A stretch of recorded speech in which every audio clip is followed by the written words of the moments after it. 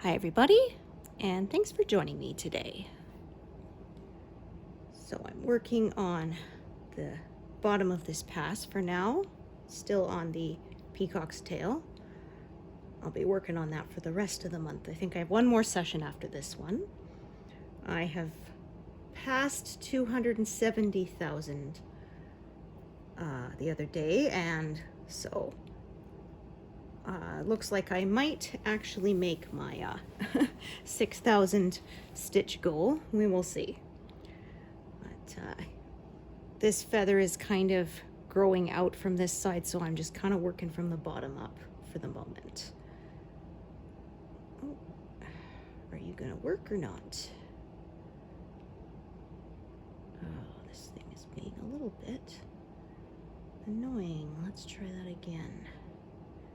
Sometimes you gotta, there we go. Yeah, back out and re-enter, and that usually fixes it. It wouldn't select the stitch when I double tapped on it, or even when I use the search feature. So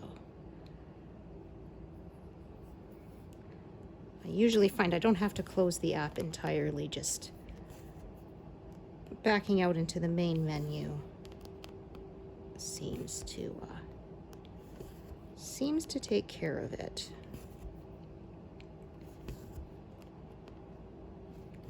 Yeah, you can probably hear my furnace running. It is getting chillier. But still not a lot of snow. Sort of little bits here and there. And we'll see how this winter shapes up. Well, it might be nicer for us when there's less snow, for not having to shovel and plow and all that stuff. It is better for us if we get a decent amount of snow, because otherwise our forests get very dry and more prone to forest fire, because sometimes we have they will just go dormant in the winter. But they'll stay smoldering sort of under the snowpack, and if it isn't enough that when it melts to put it out, it can flare up again. So having a decent amount of snow is a good thing for that, to prevent that from happening. I remember years ago, my in-laws went camping at Mount Robson, Jasper, and they couldn't have a fire because of the risk, and it rained the whole time, but that wasn't enough to lower the fire risk, basically. My husband's brother and family, they went too. Unfortunately, where they chose to put their tent ended up being kind of in a little bit of a hollow, just enough that it rained, the tent filled up with water, basically. And I think they had at the time 4 kids with them, who were all like 10 and under. And one of them was still like a baby, and they left and went home early because obviously, I mean, that was pretty miserable. I can't say I blame them. We were staying in a hotel across from the campsite, so.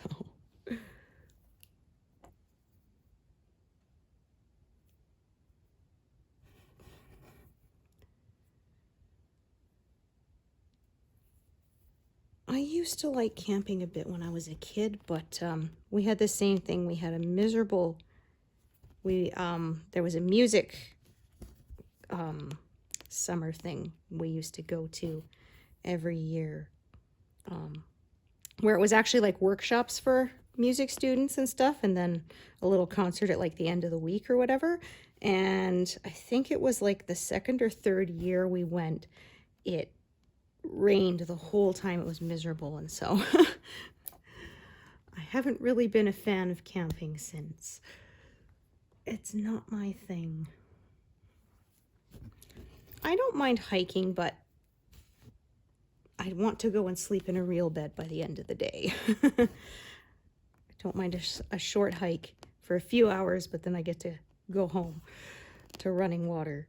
And a real mattress, not an air mattress. There was a joke I saw saying, oh, an air mattress is really good if you want to sleep on the floor, but not right away. We had one time, oh dear. There we go, that was twisted.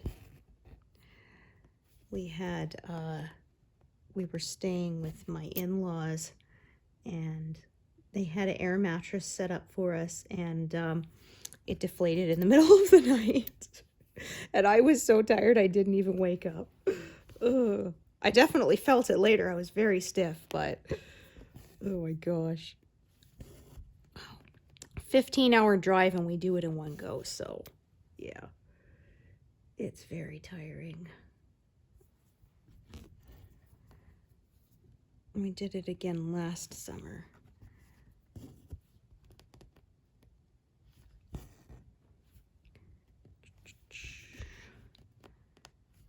And we didn't stay too long because there was no room at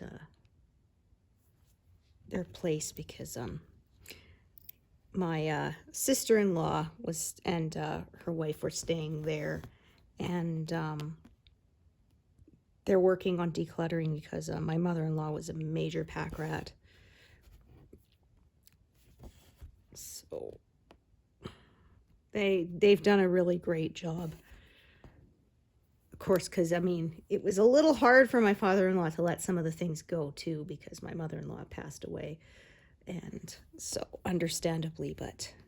So they said they would often sort through stuff, and he would go through it later, and he was okay. We had a group chat, we still do, and they would post pictures of stuff to see if anyone in the family wanted stuff. So, of course, it was easier for him to let things go if he, you know, knew it was going to one of us, so...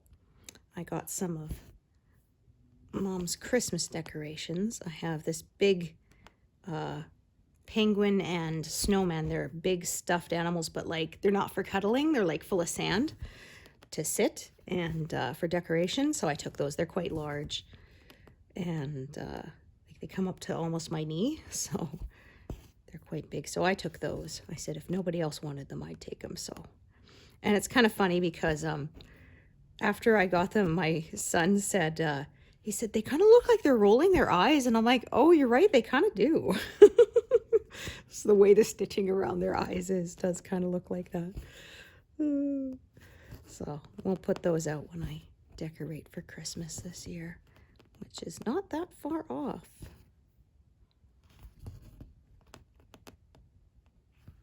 Yeah, we usually do it sort of last weekend of November, first weekend of December, sort of just wherever it happens to fall kind of thing. So we have a fake tree, and to assemble it, there's a center like trunk, and then there's a one piece that goes, that's the top, and then of course you put all the branches in each layer. And every year my husband will set up the stand and the center trunk, and then the very top piece, and then say the tree's done. Every year. Oh. And I posted about that on Facebook, and one of my friends says, well, you know, that's what he has to put up with your puns all year. So, you know, you can put up with his one bad joke every year. I'm like, yeah, that's fair, you know. Oh, dear. I have to always check, though, because I made a Christmas tree skirt, blah, can't talk, and he always puts it upside down, and I don't understand what is so hard to tell about what is the right side on the piece of knitting. Because it's stripes, so of course one side the colors are right up against each other, and of course on the wrong side they interlace like that, and you can see them. It looks like a little, you know, weird kind of squiggly line. For some reason, he seems to think that is the right side. I'm like, but why? And I'm like, and all the ends are woven into that side. That's obviously the wrong side. I don't know, but every year I have to make sure, because one year, 2020, of course, I did not notice till after the tree was entirely up and decorated, and then looked down and I was like, oh. And I'm just like, the way it's made, it is in one continuous piece because I knitted it from the center. I left the center open and then knitted out in one continuous piece. So you can't, like, there's no seam that you could open it up and turn it over. The only way you could do it is if you take the whole tree down and redo it. And I was not going to do that. So someone said, I bet you will, but I actually didn't. And somebody said, well, just leave it. It's 2020. It's that kind of a year. But yeah, and I had an old one I made, which had some cables on it. And again, he would always turn it up. So I'm like, why is the part with the weird little bumps and hollows? Why would you think that is the right side with all the ends woven in? I don't get it. And it's not one of those pretending he doesn't understand so he doesn't have to do it. He just really doesn't get it. I'm like, I don't understand how you don't understand it. Ugh, like our son has no problem telling which is the correct side, so I don't know why you do. Darn, this thing made a knot, but I think it's small enough I can keep stitching with it, so yeah.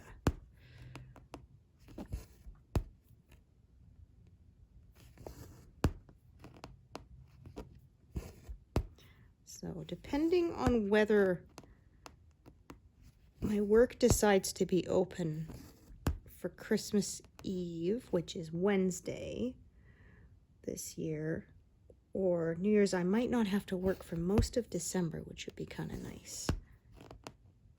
Because they're closing for an entire week for their own holidays, and then, yeah, so we will see.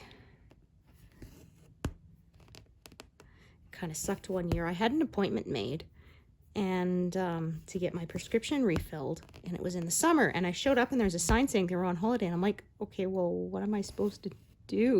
Like, they didn't call me and tell me ahead of time or anything. I don't know how. I fell through the cracks somehow, but anyway, and I'm like, my medication is not one that you can just stop when you feel like it. Like, you're supposed to take it continuously. And so I went to the pharmacy where I normally get it, and I explained, I said, my doctor went on vacation and didn't tell me ahead of time, and they said, okay, well, when is he expected back? Okay, fine, this is done. Yeah, darn it. It's tied another knot in itself. So, oh my, sounds like quite the disaster out there. Okay, I'm going to tie this off because it is just being very annoying. Okay, I got it down to one knot. Let's see. Yeah, actually, I think I can kind of, there. I'll just tie this off. So the knot's on the back now. Pin stitch it over here, and then actually I will just bring it over and sort of finish some more stitches. Either way, to restart, it would probably use the same amount of thread, so. Yeah, like I said, fortunately, the pharmacy was like, oh, I've seen you've been on this for a while, so we'll just give you enough, you know, when's your doctor coming back? And, okay, we'll give you enough to hold you till then. It's like, good, because I really didn't want to have to try and find another clinic to deal with it, so. I don't know, maybe they forgot to write me down in the appointment book, and so they didn't know to call me to say, oh, by the way, we're not going to be here that day. Ugh, this was all pre-2020, because now I mostly don't have to go in person to get my meds. I can just call, so that's kind of nice.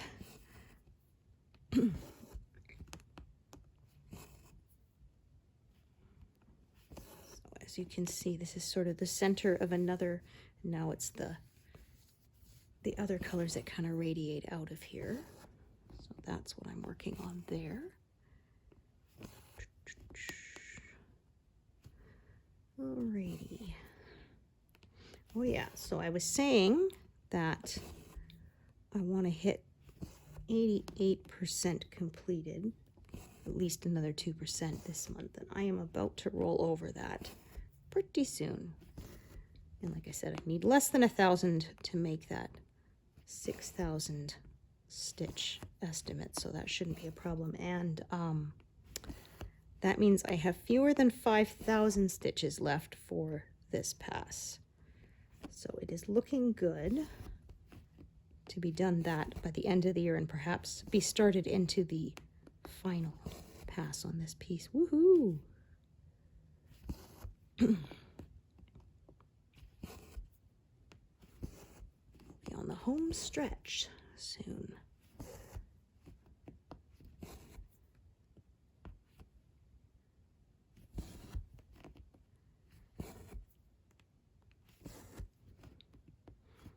So it was funny, I talked about before how on YouTube you can watch things in a different speed, and I discovered that as long as you're using a device for Netflix and Prime and Tubi, which is free with ads, you can watch things on increased speed as long as it's not on the TV.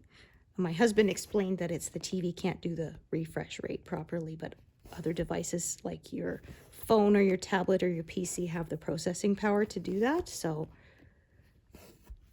I will often watch things on 1.5 speed to 2.5 to 2 speed, double speed if it goes that high, because I'm impatient.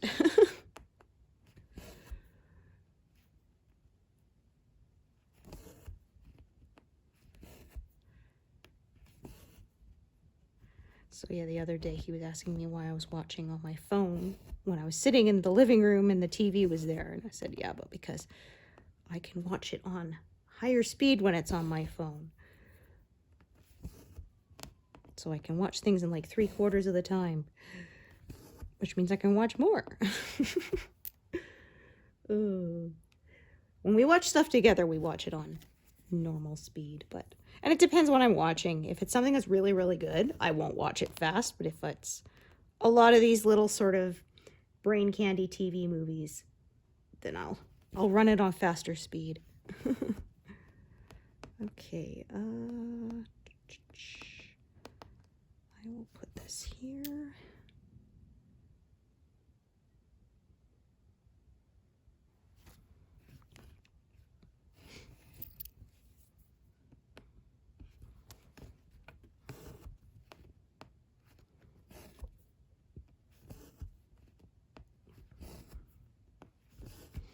Yeah, I do the same with podcasts, audiobooks. I listen to them faster than the normal speed. Oh, I find if it's normal speed, often my brain wanders, but if it's faster, it kind of forces me to pay attention. There was one podcast I was listening to where one of her guests is blind, and so listens to her audiobooks on really fast, like sometimes 3 or 4 times, and people are like, how on earth can you make sense of it? She's just like, well, lots of practice.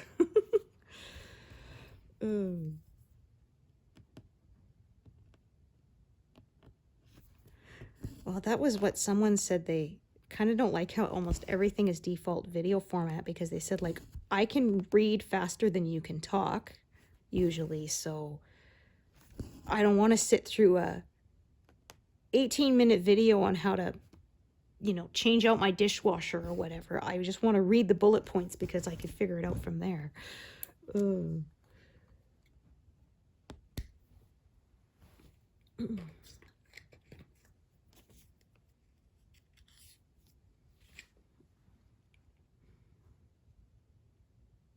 Yeah, it's funny how attention works sometimes. It's like somebody was saying about binging TV series, and they said, well, if you were someone who binged books, then it makes sense you'd do the same with TV. And I said, it's also because it's divided into little pieces, right? I said, if you say you want to watch this 6-hour movie, it's like, oh no, are you kidding? That's way too long. But it's like, you want to watch this 6-part miniseries? Sure.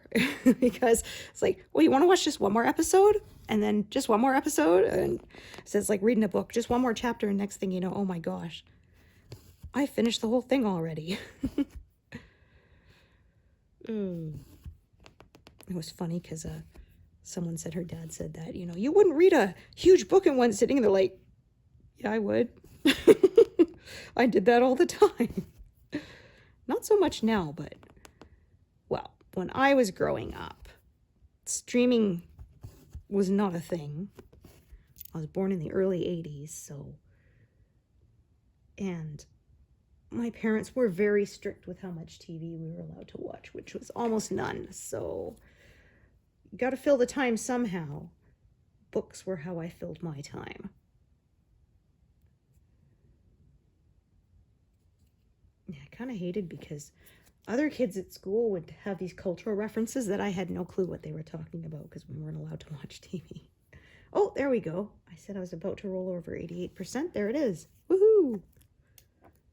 Yeah, I don't think I'll get 89% this month because we're close to the end of it. I think, like I said, I have just one more session. But, so that means I'm hoping 90% by the end of the year should be doable.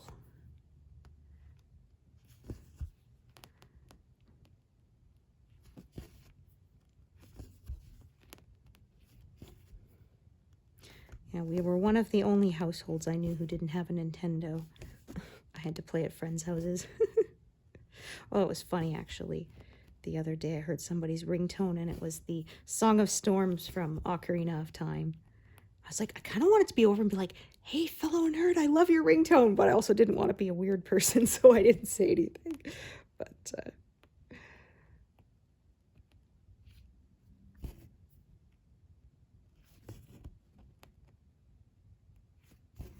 my husband is old enough that their first gaming system was the old Atari with the Pong.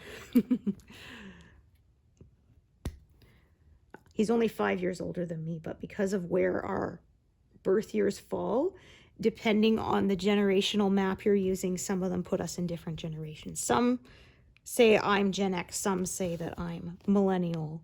So, or some will say I'm a mini, like they call it Zennial or whatever. But yeah, we're kind of around the last generation of people who can still remember an analog existence, pre-internet. It's like I grew up in it, and yet I sometimes still forget what it was like when we didn't have any bit of knowledge you were looking for just a few keystrokes away and a supercomputer in your pocket. Our first home computer was an old DOS with the green and black screen, no mouse. I learned word processing with WordPerfect. And then Microsoft Word took over, and I had to learn all new keystroke commands. But yeah, highlighting stuff was with keyboard shortcuts and cutting and pasting. Some of them were the same, like Control, C, Control V, but some of them were different. It was the F buttons, F1, F2, F3. They were different. In fact, you don't really use those, I find, as much anymore now that it's, with a mouse and a graphical user interface and not a DOS. Yeah, I remember one of our schools was doing a fundraiser to buy computer mice. And parent read, I was like, why are they buying mice? They didn't know it wasn't actual, like, squeak, squeak, the animal mice. And there was one school that they ordered them and they couldn't find them. And the company said, well, no, it was delivered. It's right here in our records. Here's the tracking number that it was delivered. Someone signed for it. And they finally tracked them down. They were in the science lab because somebody thought they were biological specimens for dissection. That they were like mice in formaldehyde kind of thing, not computer mice. So that was kind of funny.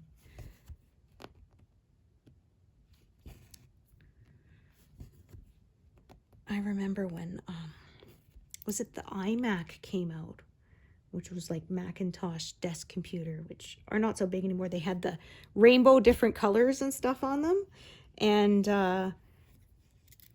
some schools did that for a while. And they were a big deal. And there was one school said the teacher, he they got one delivered and he signed for it and left it there. And later they're like, no, this was shipped to us in error. We didn't order it. So they shipped it back, and then the company tried to give them a credit for it, even though it's like, no, like, you guys just shipped it out to us for no reason. We never paid you anything. The teacher was like, oh man, he said, so there would, if I had just put that in my car and taken it home, like, nobody would have known. I mean, he was joking, but yeah.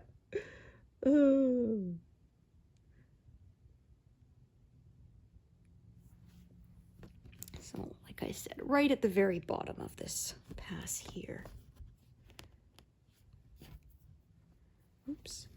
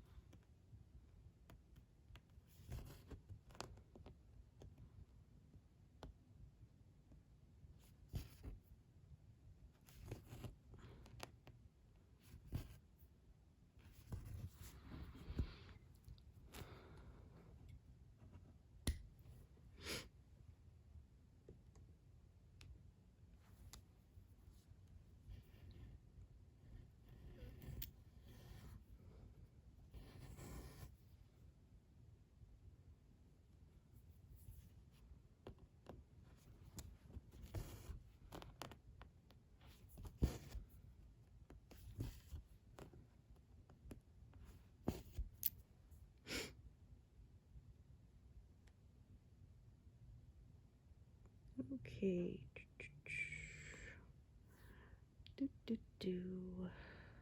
Just kind of looking at the different shapes here. Okay, I am going to kind of, so my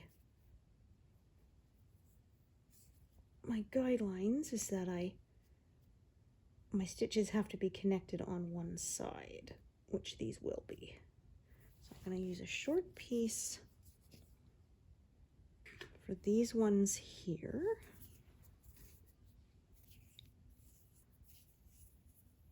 Actually, looking at it now, I think I might actually come up here for a bit. Yeah, do something a little different.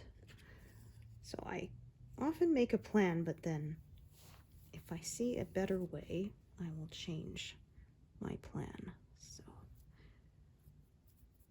I'm going to have a few threads of this color because it is kind of all over the place. So that is what I tend to do. So I'm going to do, let me just take a look here. Yeah, I'll start a piece here with these.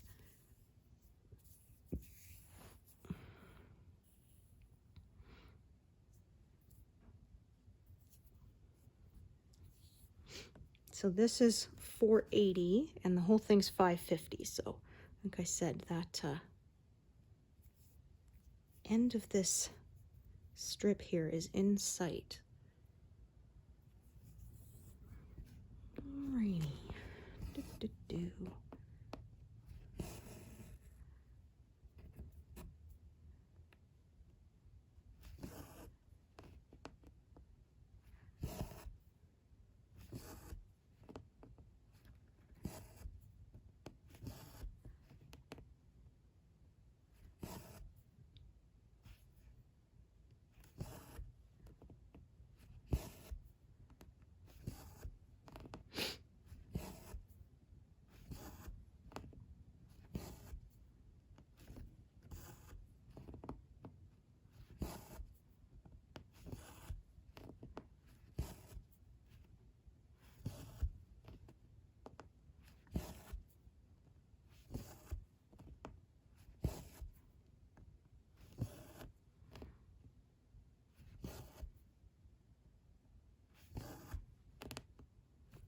Not really diagonal anymore, but just kind of growing out from the left to the right, sometimes from the top, sometimes from the bottom, and sometimes right out from the side.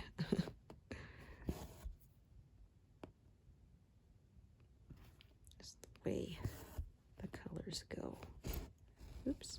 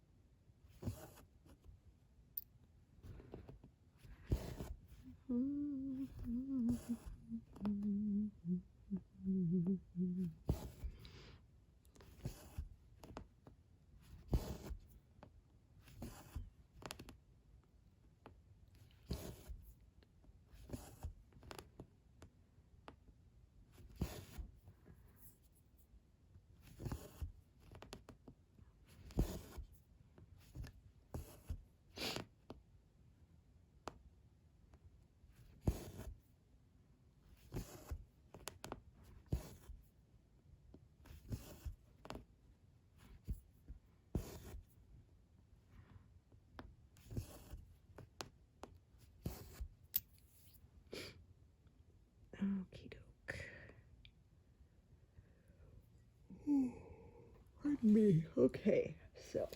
Oh yeah, that's right. I already grabbed the piece. I set it aside. Time to pick her up again.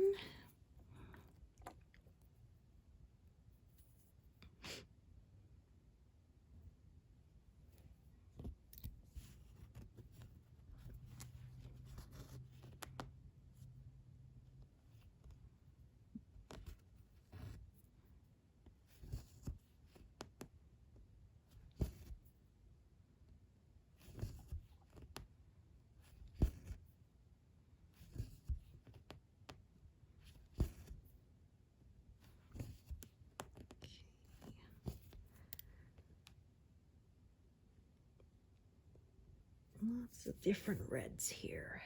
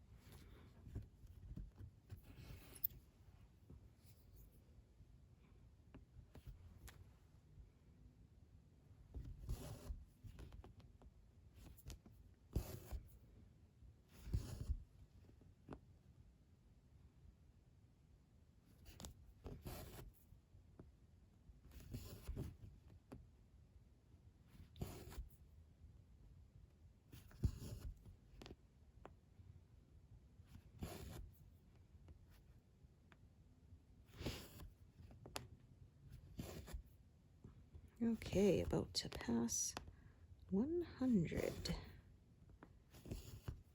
Excellent. Yeah, I'll probably make a 200 in this session. That's usually around where 150 to 200 is where I kind of aim for during a session. But of course, that is often affected by just how confetti heavy it is.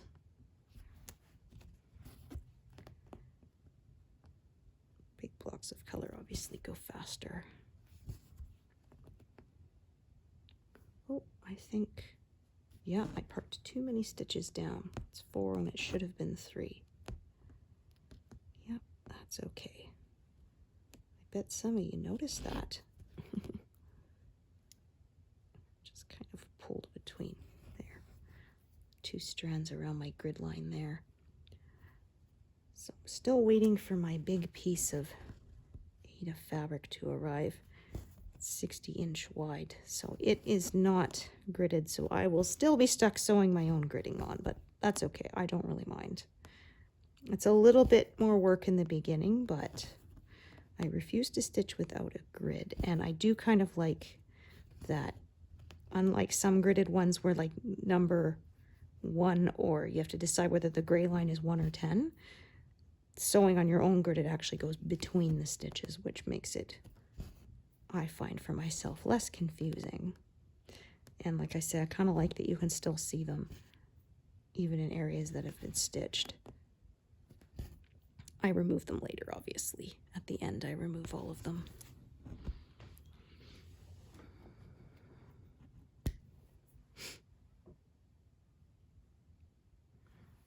I use that Sulky monofilament threads because you can't pierce it with the needles, so it slides out easy.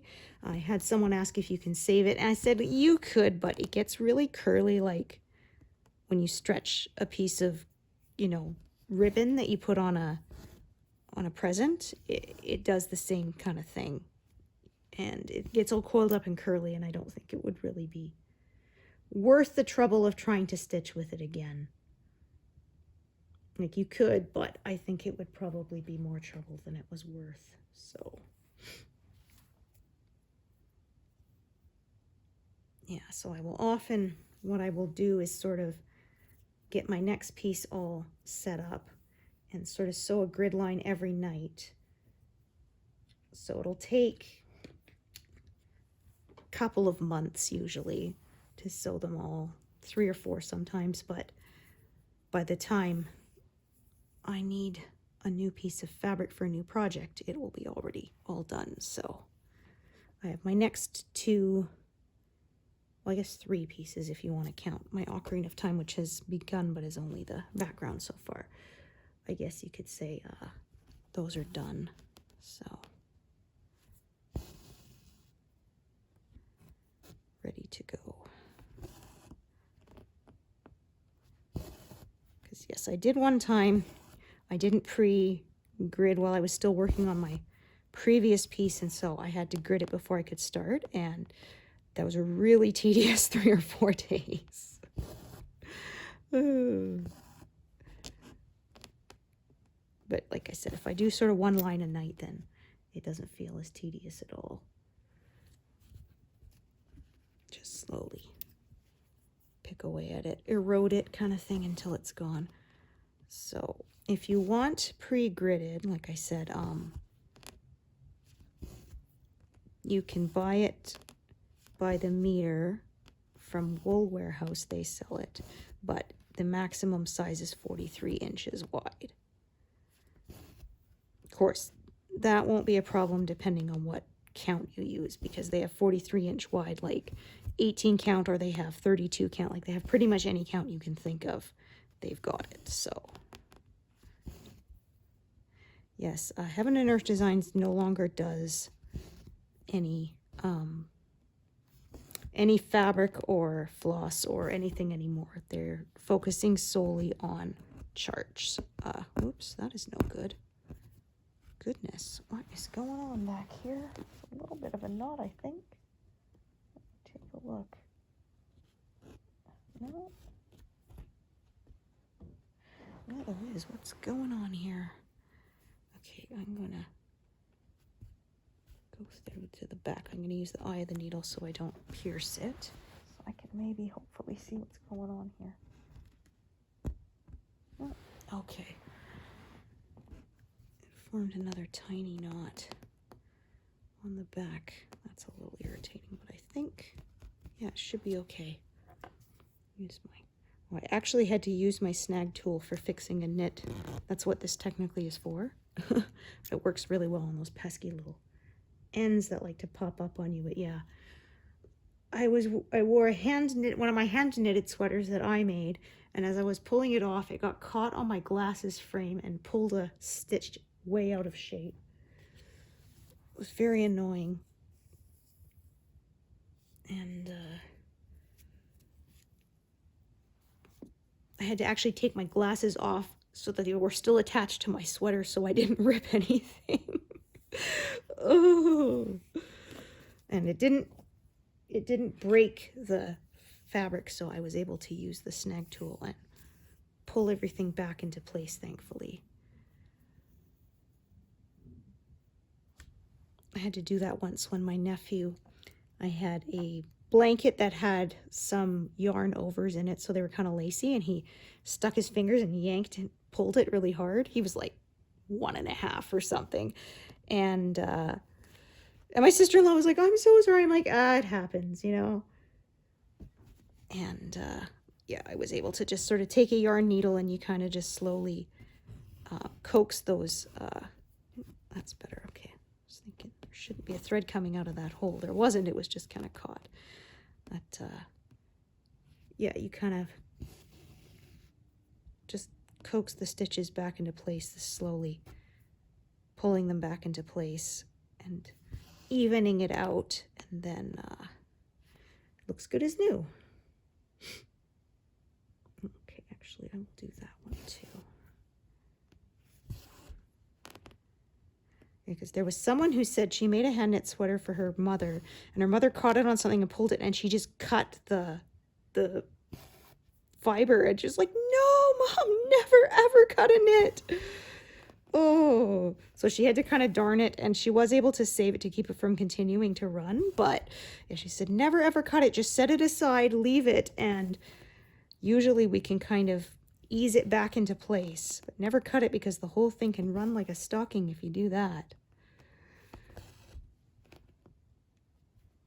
I had actually one of my friends, their oldest, had a blanket that his great grandma had made him, I think, and it had kind of caught, and one of the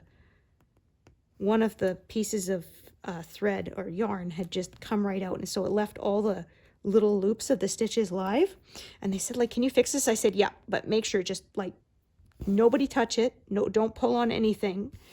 And they gave it to me, and I was able to sort of catch all those live stitches on a needle, and then got another piece of matching yarn, and I was able to Kitchener stitch, or in other words, just sort of weave a new line as if it was in one continuous knitted piece.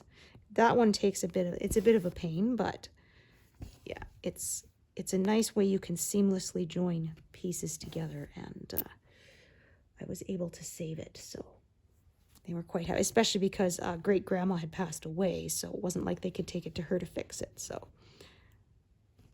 and they said, oh, do you want me to pay you? I said, no, I am quite happy to help. I know what it's like when, you know, something with great sentimental value is at risk. I'm just honored you trusted me with it, that I could fix it for you. That was same with one of my husband's coworkers. They had a relative who had started making a baby blanket, but had passed away before they could finish it, and asked if I could finish it for them. And it was pretty simple. It was just knitted in strips, and sort of had like a square's worth of white and then a square's of like multicolored yarn. And so that was super easy. And so I made like a checkerboard.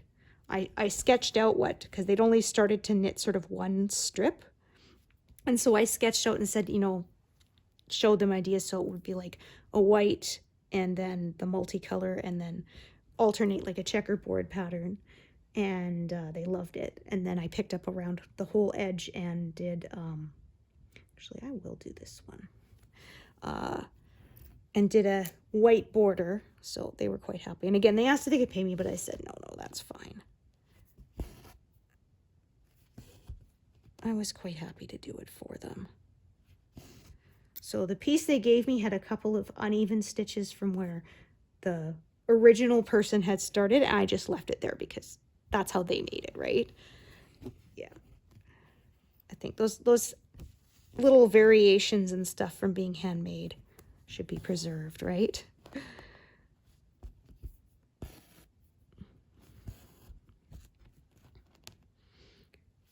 So it was a super easy one, and definitely one I could knit while I was watching figure skating. Yeah, it will be the Grand Prix final soon, which is the top 6 of each discipline will compete in early December. And then that will be kind of it until the Olympics. There's some, like, countries have their nationals usually in January. And there's like the European Championships, and then the 4 continents, which is kind of like the non-European Championships. So it's, yeah, like Asia, North and South America, Australia, that kind of thing. So they, those are usually January, and then, yeah, it's going to be the Olympics. So this will be exciting. And then the World Championships are in March, usually. And some people, when it's an Olympic year, do not bother to go to the World Championships. So some people do, because that's sort of one way they could snag a world medal where they wouldn't be able to normally, because the people who went to the Olympics decide not to compete. So it kind of leaves the door open a little bit for them. But some people do both, like Yuzurahan, you did both. Yeah, he's no longer competing. He's professionally skating, I think, in like ice shows and stuff. Yeah, some of them do that. Some of them just leave the sport entirely, and a lot of them will go on to be like commentators or coaches, choreographers, that kind of thing. So that's kind of cool.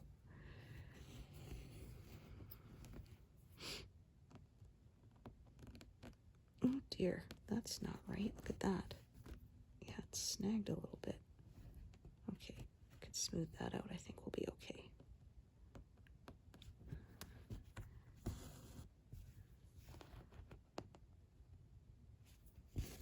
So yeah, like I said, this color kind of coming out. There's another feather, I think, or it might be the edge of the tail. I think this is actually one of the, there's one feather here and there's another one up above, and I think that's sort of the edge of the tail, and the background colors come in there. Let me just take a look. Yes, that's where the purple and stuff that's sort of the fade out along the side there, that's where those show up. So actually reaching the end of the tail pretty soon. Yeah, like I said, more feathers up top, but the end of the tail, at least in the very bottom of this pass, I am reaching it. So that is exciting.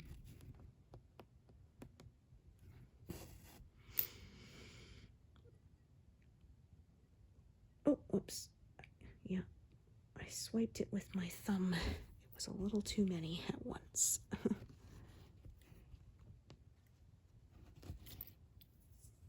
I used to use a stylus to mark on the tablet, but then I found that I was it was an extra step to pick it up and put it down, and so now I just use my fingers. Every now and then I kind of wipe the screen down. My little greasy finger trails. Oh man, so my water machine just kicked on. It reminded me. So whenever our water jugs are empty, I always sterilize, you know, put some bleach and water in and swish it around, let it sit, and then rinse it out. And I leave it up on my kitchen counter to remind me that I need to rinse it out with fresh water afterwards. Well, my husband decided to be helpful, and he put it down on the floor where we keep the rest of the water jugs, not knowing that it had bleach in it. And so it was one of the big ones, the 19-liter jugs, and I can't pick those up. They're too heavy. So I always I have these 11-liter jugs that I take to the store. I fill those up, and then I pour them into the big jug and then put the jug into the machine, because we don't have a top load, it's a bottom load, so it's easy. I can just push it across the floor into the machine, is not a problem. It's when I have to pick it up that it's too heavy in it. Anyway, so he left it there and I didn't know, so I poured the fresh water into it, put it in the machine. That's like, why does this taste so awful, right? And then yeah, we took it out and checked it straight from the bottle, because we thought, like, is the machine broken down and that's why it tastes bad? Nope. And then went straight from the bottom. Oh gosh, that's what it is. And then I said, well, how did that happen? And then I went, wait a minute, did you put it on the floor when it was on the counter? He said, yeah. I said, well, of course, if you put it on the floor, I thought it was done. So I said, you got to rinse it out. I said, I have it on the counter so that I see it, and it reminds me that I need to rinse the bleach out of it. So yeah, we had to drain the whole machine, rinse it out a couple times, and start again. So, oh dear. I thought at first, because I had a little bit and it was in my water bottle, and I thought maybe it was my water bottle because I put them in the dishwasher, but sort of every now and then you do have to actually physically scrub them, or they can leave kind of a weird taste. And I thought it was that, but then no, he took like it straight from a glass out of the machine, and it tasted like a swimming pool. So, oh dear. Yeah, I always tell people, don't move my stuff. I have a system. I'm a very visual learner and that kind of thing. And so if I don't see something, it stops existing in my mind. And, oh, where am I? Nope. I picked up the wrong one. Yep, I just realized the shape didn't match. I should have picked up this one, is what I meant to do. And I bet some of you noticed. Okay, let's try that again. Yeah, so unfortunately, that was filtered water I bought that kind of went down the drain, but oh well. I'm not drinking bleach, right? And then my son was like, are we going to be okay? And we're like, yeah. My husband's like, honestly, it's less you get than if you accidentally sort of swallowed a mouthful of pool water, so we should be fine.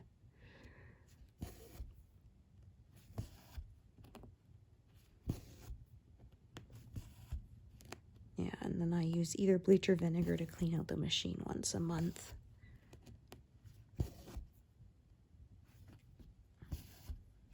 I kind of alternate. One month I'll use the vinegar water, and 1 month I'll use bleach water, and then just keep everything nice and sanitary. It has a sanitize feature on it, but it didn't seem to actually work, so when we opened it up, it was still gross, so I don't trust it, and I physically clean out the machine instead once a month.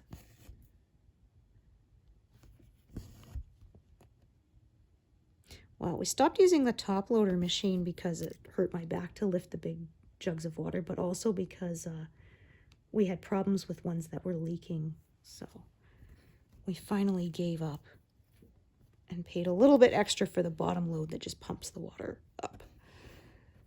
And we have a little manual hand pump so that if the power goes out, you just affix it to the top of the bottle and just push on it, and it will dispense the water.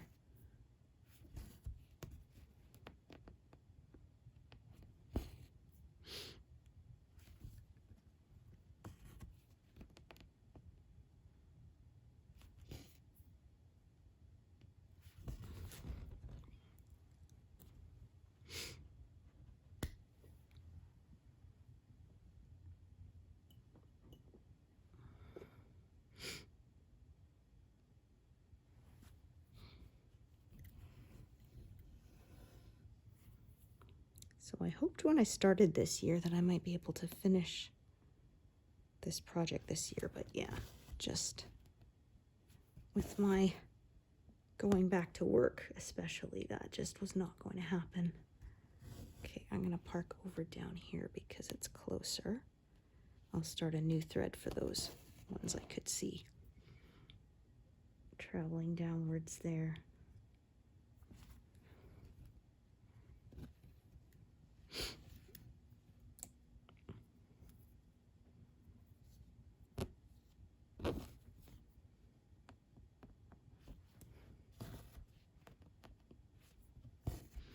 We were watching Deep Space Nine with Kiddo, and there was one we were watching recently where a guy was like a confidential informant, basically, and he was a Cardassian character, so they only showed sort of like little shots of parts of his face to make it more mysterious, that you couldn't see the whole person. I said, but kind of sucked for the actor, because that means he had to sit there and do the full makeup only to not be really shown on screen, right? And those makeups took like, 3 hours or something. There was the actress who played Kira said she didn't really understand what the others go through, because she plays a Bajoran character, which just has the ridges on the nose, which doesn't take that long. Whereas like the Cardassian character's like full face piece and stuff, and on your neck and everything, until she did a character where she was made to look like one. And yeah, she said she has claustrophobia, and it was really tough for her. Like she said, she got to the end of the day and they kind of said, we want to do one more take of this, and she's just like, I can't, I'm done, and starts like pulling it off of her, and they're like, okay, yeah, I guess we got to get her out of the makeup. And she said, yeah, like she had a lot more respect for her co-stars, because some of them take several hours to get through the makeup before you even start acting for the day. It was a lot more intensive, like I said, than her makeup, which was just, yeah, a prosthetic nose piece and regular stage makeup, and that was it, kind of thing.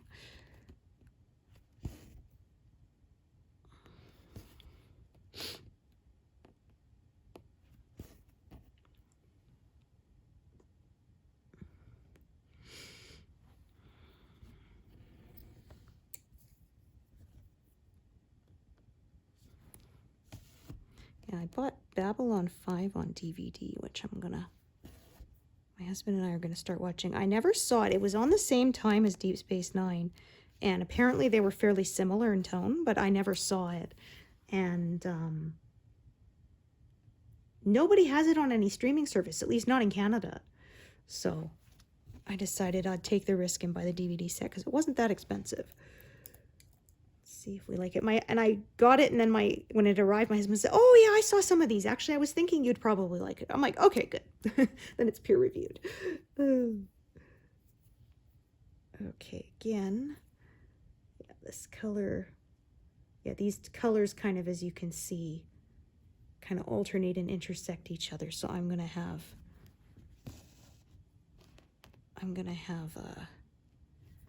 more than one thread, I think.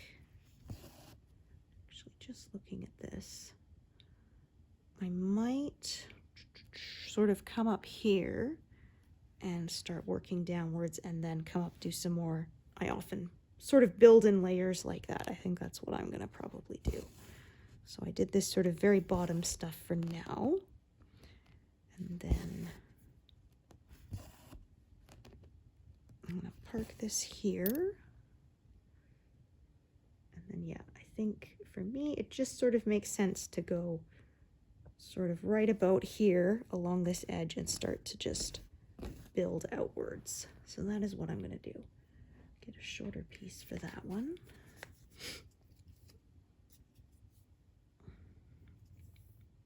Yeah, anyway, I was saying it was interesting because, well, I didn't really get into Deep Space Nine until after it ended. I watched sort of an episode here and there, but not really. And I only got into it in the early 2000s, like 2004, because we had satellite, but there was no on-demand with it. It was basically like getting cable, but just a different delivery method. But yeah, like kind of, you watch what was on when it was on, and that was it. And anyway, I wanted to watch some Star Trek, and there was nothing on with Deep Space Nine, and I was like, okay, I guess I'll try it. That was a show that was kind of a slow burn. It took them a while to sort of figure out where they were going with it and stuff. And I think when I started watching it, it was sort of in the last season or the second to last season, and that was when it had gotten really good. And yeah, I was hooked. Like the last season ends in like a 10 episode arc, so I wasn't used to that. So it was like every day, oh good, I get to see how it ends. And I was like, and now the continuation is like, oh darn it. Even though I was watching it in reruns, so it was on 5 days a week, that still meant it took me 2 weeks to see the ending. And the way our old satellite was, we couldn't record things. So I said it was like cable, but except not even with a VCR to record stuff. So you had to watch what was on when it was on. And so I remember I was at a neighbor's house. They were having sort of a little tea get together, and I left just before 4. She was like next door to me at the time. And I said, oh, I have to start dinner. But actually, I was going home so I could watch Star Trek. Because I wasn't going to miss an episode of this arc, right?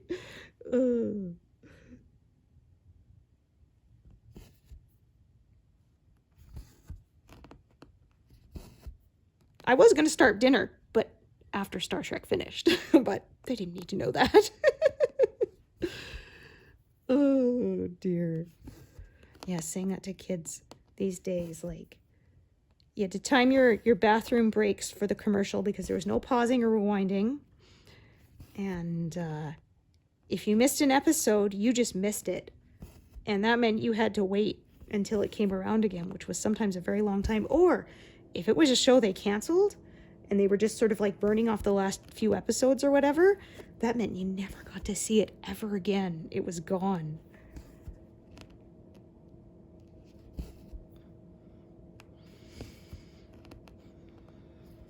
And we didn't have internet like now, when you could just look up, recaps of an episode you missed or something like that. That wasn't a thing.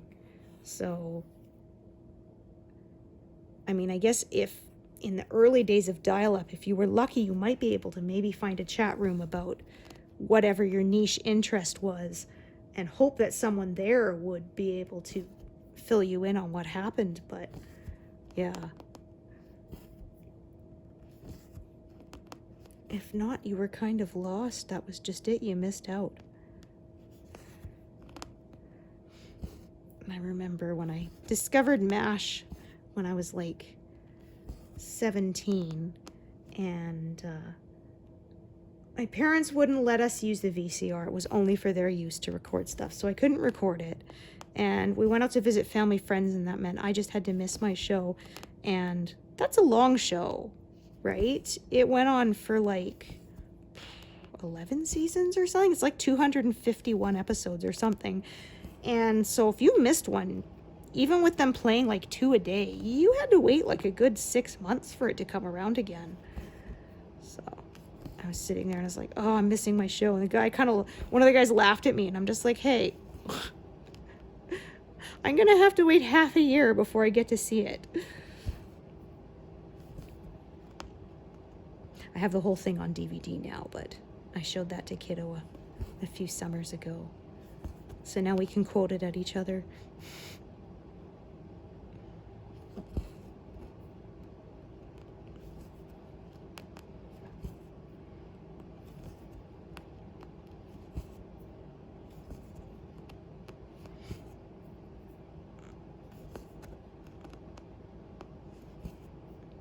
Some of the episodes, I mean, did not age well, but I mean, that's kind of the case with anything,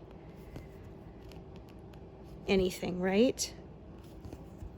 As things change, and whatever was made obviously remains static, there are things that didn't bother us that might make us cringe now. But for the most part, it's still one of my favorite shows. Okay. Oh my. Oh, there we go. Sometimes I find when it's super short, it's actually easier for me to just thread it across the back rather than to pin stitch it, because it can't really stretch further away. Okay. All right, I may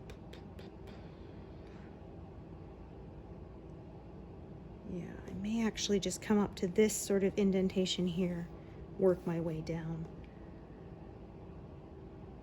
Okay. So I'm just going to divide these strands. So anything that's got a needle up top here, where I was working yesterday, I'm just going to unthread for now, and I'm going to work down and then work another down, and so on. Those are uneven.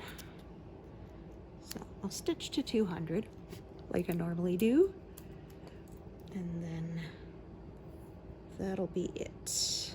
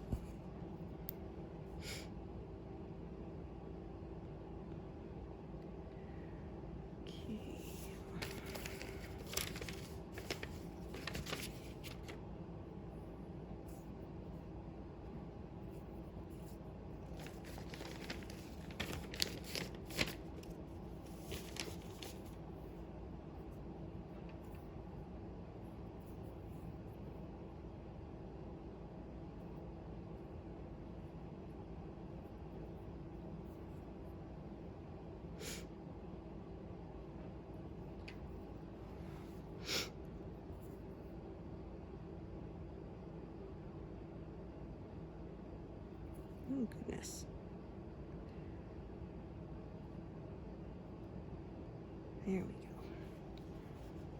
These really short little pieces can be a pain to to thread sometimes.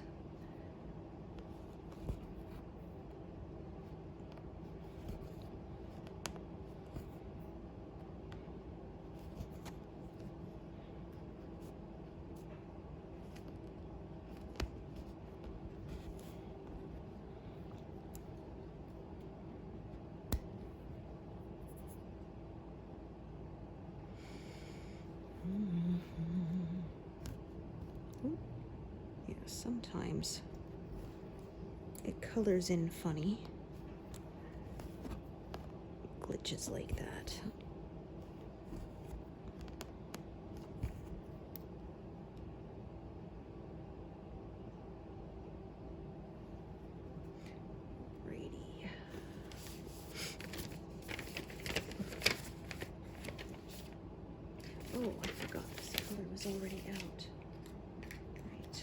did that to save myself the trouble. Guess that didn't work out that way.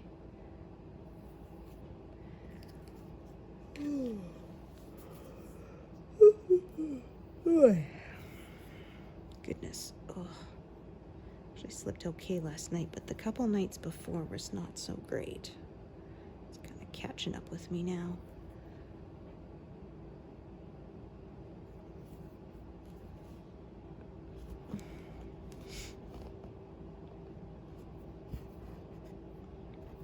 Yeah, I was saying I like how I can still see where the grid lines are a bit, even on stitched areas, which helps because every now and then I'll either miss a stitch and have to, like the top leg of a stitch, and have to fill it in later.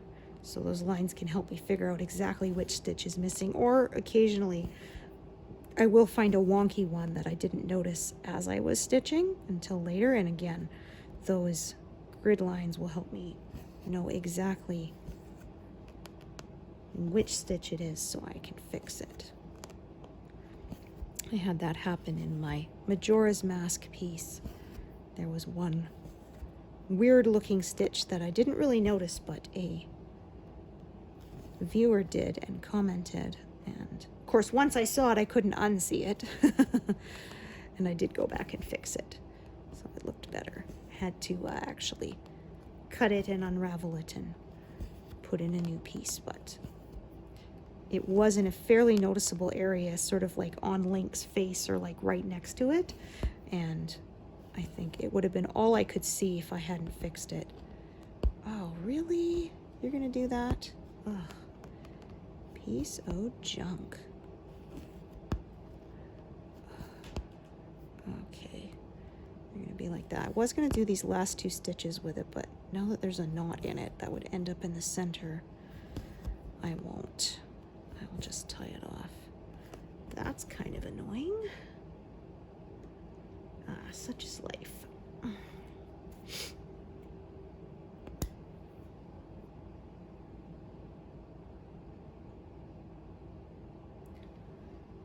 Okay.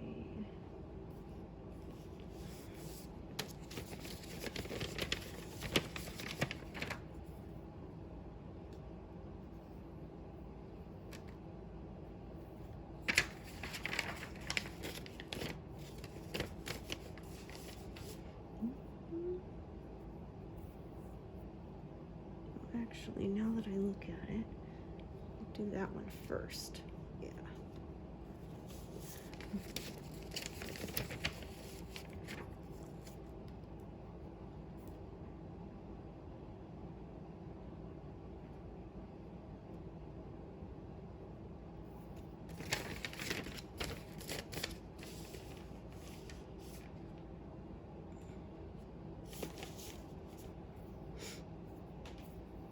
Well, getting close to a 0 on this number.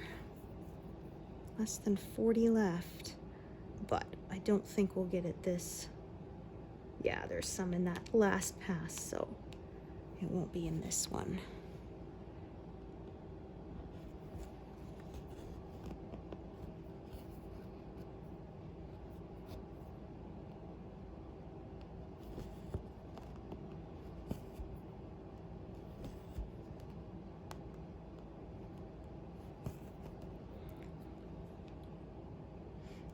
Did that because then I can do both of these, because that bottom one will not be, it'll still be connected on one side, which is what I like.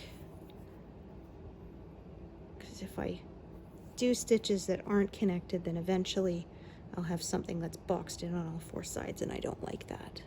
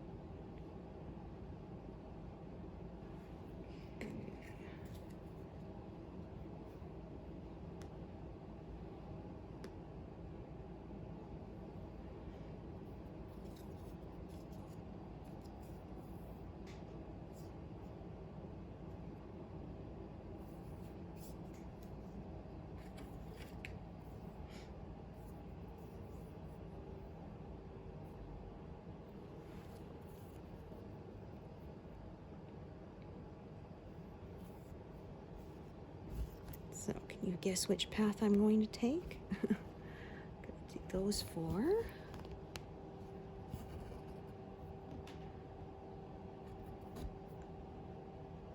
So with this method, sometimes you end up with a stitch like this that's kind of got 3 sides done around it, and that used to sort of bother me more than it, and I did everything I could to prevent it, but then I started discovering that, yeah, it was just annoying me. And oh, that stitch looks funny right here. That one looks weird. Did I tie this off yet? Yeah, it did, I think. Okay, that's all right. I'm going to stitch that top leg again because I think I pierced the fabric here. And yeah, now that I'm stitching next to it, I notice it looks a little funny. And again, that's probably just me being a perfectionist, but well, that is who I am.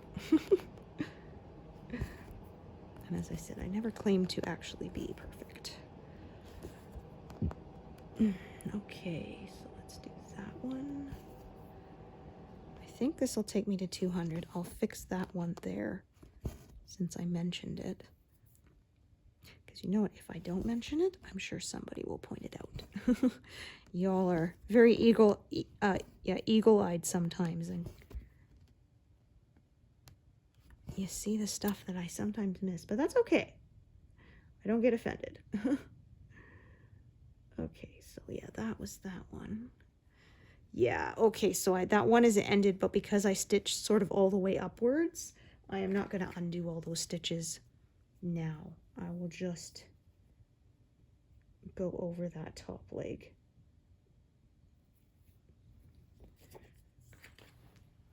And just cover it up. Yeah. You can do this sometimes if you do the wrong color, as long as it's not vastly different colors.